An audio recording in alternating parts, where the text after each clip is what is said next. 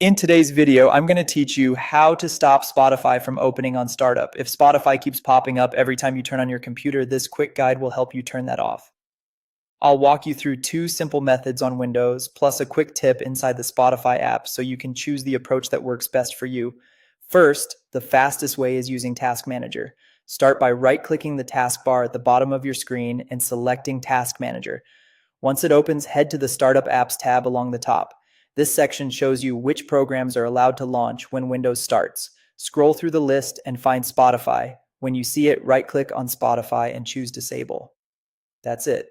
Disabling here doesn't uninstall the app or affect your playlists. It just tells Windows not to launch Spotify automatically. The result is immediate. The next time you start your computer, Spotify will no longer open on its own. If you prefer using Windows settings, there's another easy route. Open the Settings app on your computer, go to Apps, then click on Startup.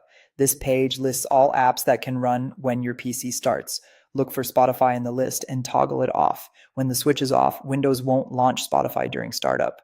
Functionally, this does the same thing as Task Manager, so use whichever feels more comfortable. If you don't see Spotify in either list, don't worry. It may already be disabled, which means there's nothing else you need to do. It's also possible that Spotify wasn't set to run on startup in the first place, so it simply won't appear in those menus. Here's a quick tip inside the Spotify app itself if you want to double check its own setting. Open Spotify, go to its settings and look for a section called Startup and Window Behavior.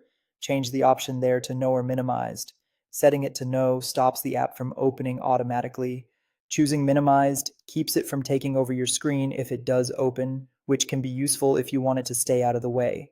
With these options, you stay in control of what launches when your PC starts, which can make boot times faster and keep your desktop tidy. And that's it. If you found this tutorial helpful, don't forget to like this video and subscribe to my channel for more Spotify tips and tutorials.